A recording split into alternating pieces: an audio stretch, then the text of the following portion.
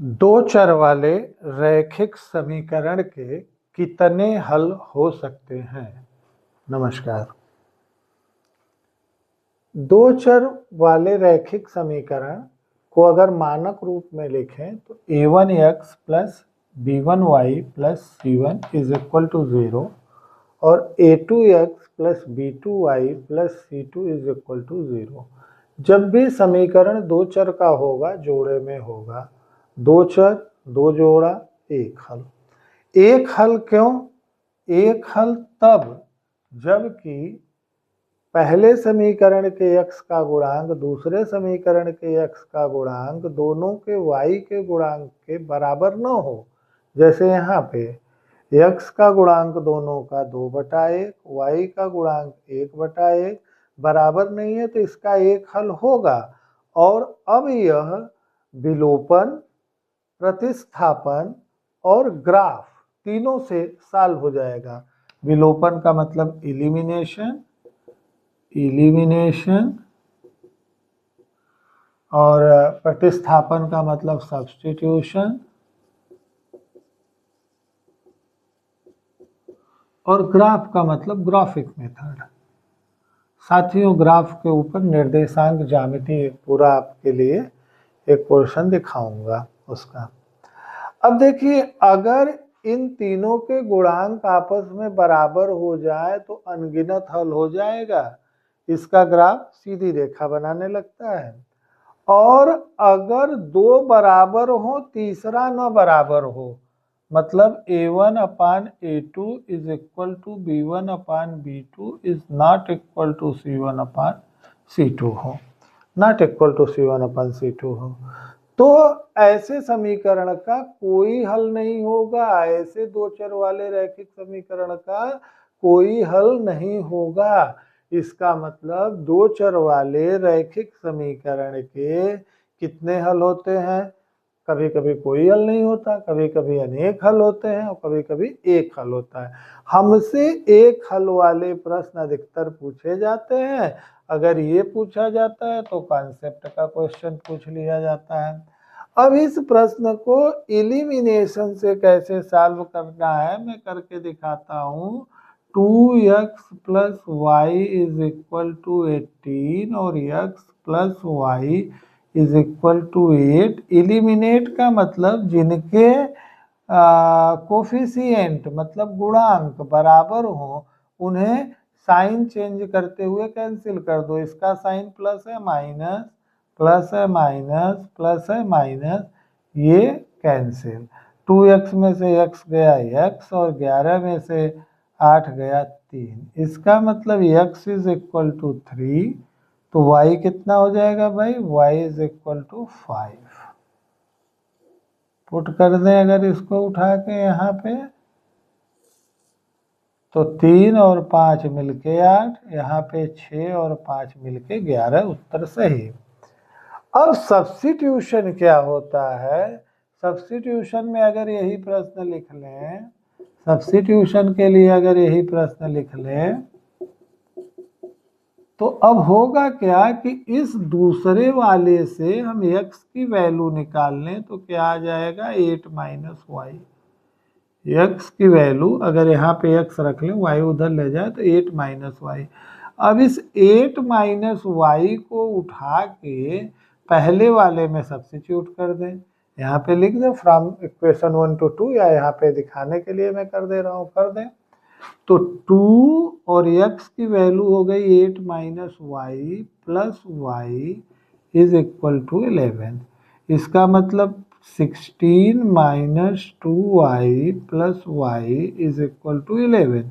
इसका मतलब अब देखो 16 यहाँ पे प्लस में है, उधर जाएगा माइनस में हो जाएगा, minus 2y plus y minus y, और ये उधर गया तो 11 माइनस 16 हो गया, तो minus y is equal to minus 5, y is equal to 5।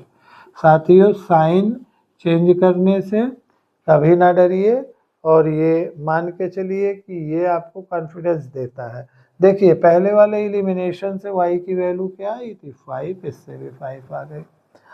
अब क्या है, अब जो है ग्राफिकल मेथड अगर लेते हैं तो यहाँ पे एक कार्टेशियन प्लेन बनाते हैं और इस प्लेन पे जो है पहले वाले इक्वेशन के लिए एक्स वाई की वैल्यू लेते हैं अपने से। तो x की वैल्यू हम ले लिए 0, तो y की वैल्यू 11 और y की वैल्यू ले लिया हमने 0, तो x की वैल्यू 11/2। 11/2। अब देखिए, अब इसको प्लाट करते हैं। जैसे हमें पॉइंट जो मिल गया उससे वो ये मिल गया कि 0 और 11/2 और 0 से होके वो लाइन जा रही है, तो x 0 y 11 माने यहाँ पे कोई पॉइंट हो जाएगा 0 11 वाला।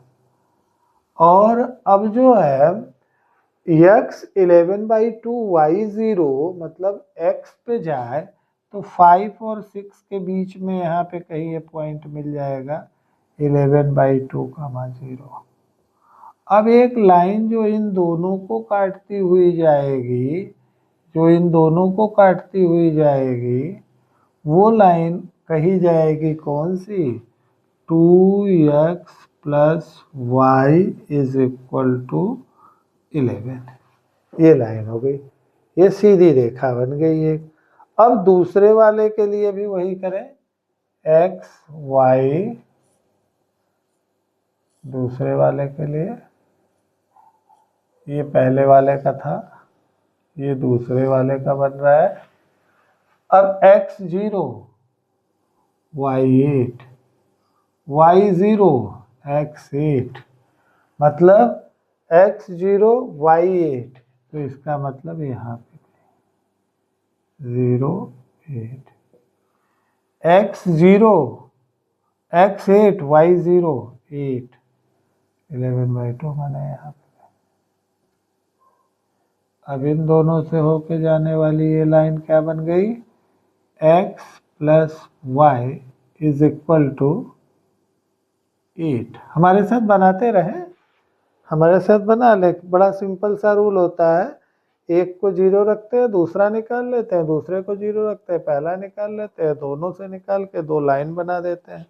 अब ये देख लेते हैं भाई, ये कहाँ काट रहा है, ये कहाँ काट रहा है, ये। अब अगर हम लाइन सही खींचते हैं तो हमें अगर वहाँ पे आंसर दिया होता है तो हम ये जान जाएंगे कि भाई ये y वाला जो है, ये हमारा पॉइंट जो ये काट रहा है वो 0 5 वाला पॉइंट है और ये वाला जो है वो 3 0 वाला पॉइंट है।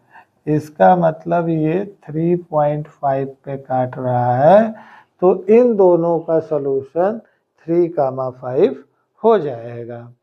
तो अब आपने देखा कि 2 चर वाले रैखिक समीकरण से इससे अलग प्रकार के प्रश्न आपके सामने कॉम्पिटिटिव परीक्षाओं में नहीं आते हैं। हाँ, शाब्दिक प्रश्न आ सकते हैं, हमने शाब्दिक प्रश्न हल भी कराए, तो शाब्दिक प्रश्न आ सकते हैं, उनके लिए अभ्यास जरूर करें और वीडियो को देखते रहें, रोक के चीज़ों को नोट कर लें, कलम कागज़ साथ में लेके बैठा करें, जिससे कि आप लिखेंगे तो चीज़ें आपको ज़्यादा क्लियर होती रहेंगी। और जो है तैयारी में ऐसे ही अनेक प्रश्नों का आप लोग अभ्यास करें। कुछ प्रश्नों को इन तीनों विधियों से करने का भी अभ्यास कर लें, जिससे कि अब आपके प्रश्न गलत होने की संभावना नगण्य हो जाए।